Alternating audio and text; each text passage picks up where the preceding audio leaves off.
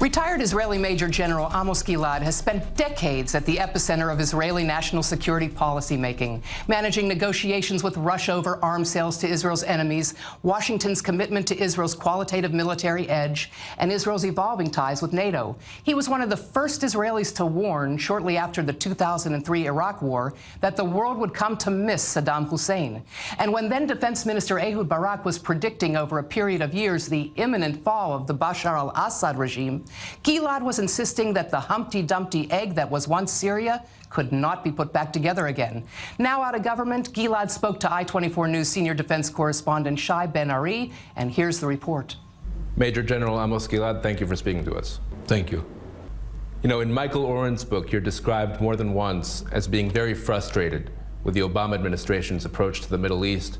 The exact quote attributed to you is, "Are they mad?" How do you see the first 100 days or so of the Trump administration in that respect? I haven't said it, what is written in Michael Oren's book, and I was involved in very sensitive and numerous areas of national security cooperation, and I would like to thank the United States for this unique friendship and cooperation. Now, about the 100 days of Trump. History is judging performance.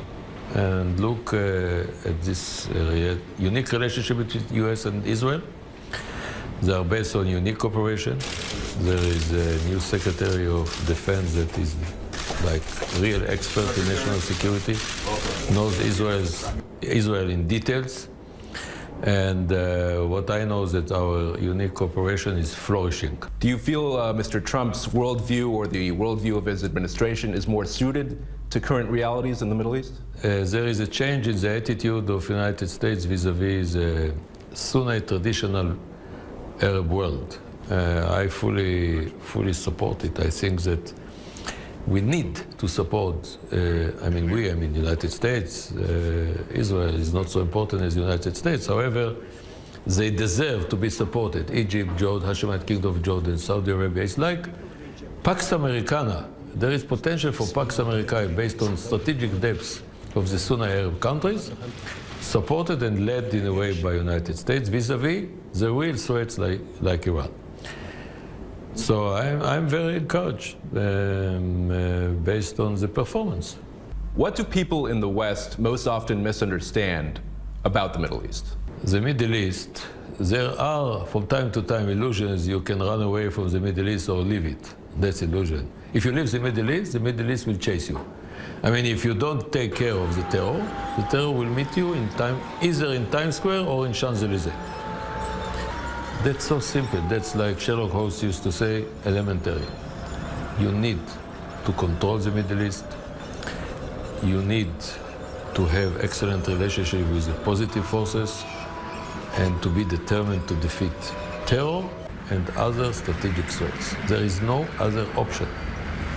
And unfortunately, I like democracy. I feel happy that the United States is leading the democratic free world.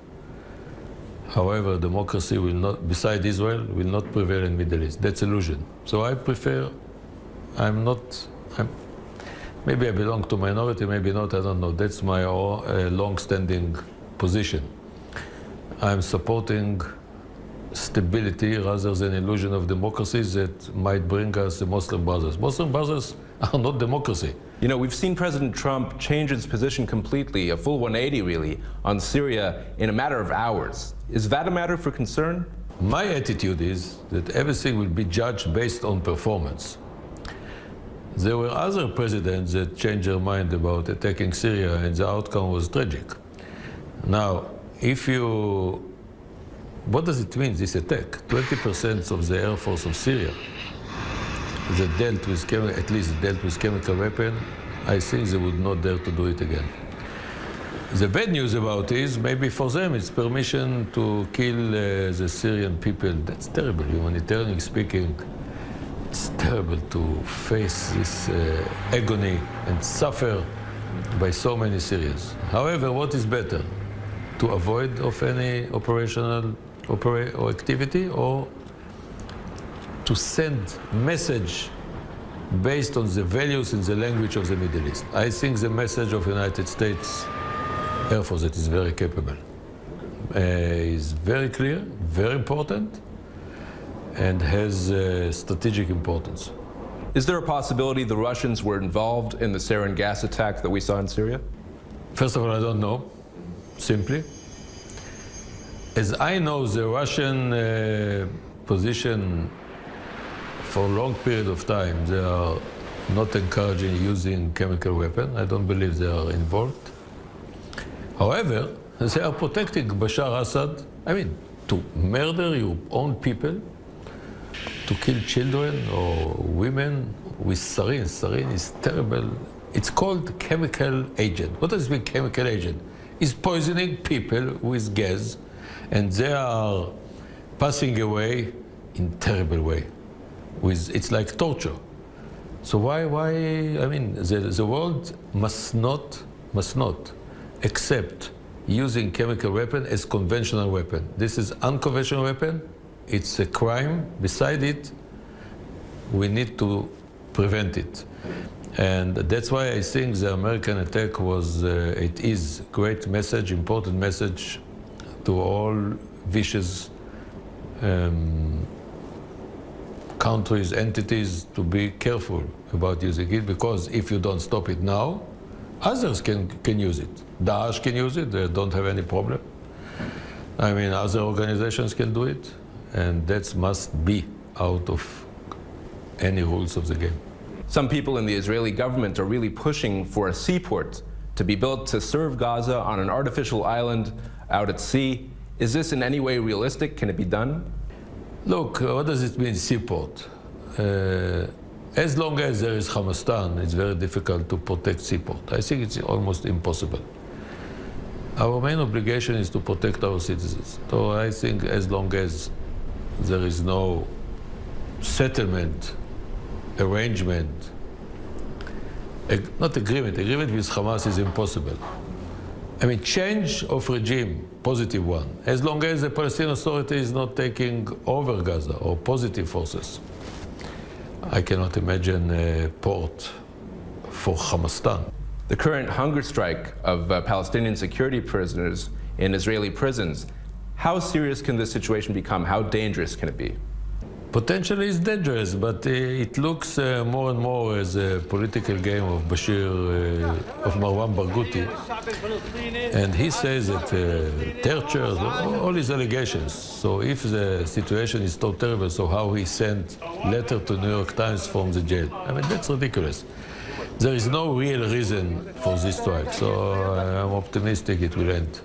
Even when we begin to see a medical deterioration? It's like melting down, that's what I think. It's not real, I mean, the reasons are not real. The post-Abbas era is slowly approaching. Is there any chance a transition, a transfer of power can go smoothly? I'm very worried about it because there is no real successor to Abu Mazen. We can analyze why, but the fact is very clear. There is no real, clear. And Abu Mazen, he's a leader of PLO, PA, and Fatah. So it means I'm not sure that his successor will be one or three. And I'm not sure they will not quarrel with each other. I cannot identify now stable, reliable leader.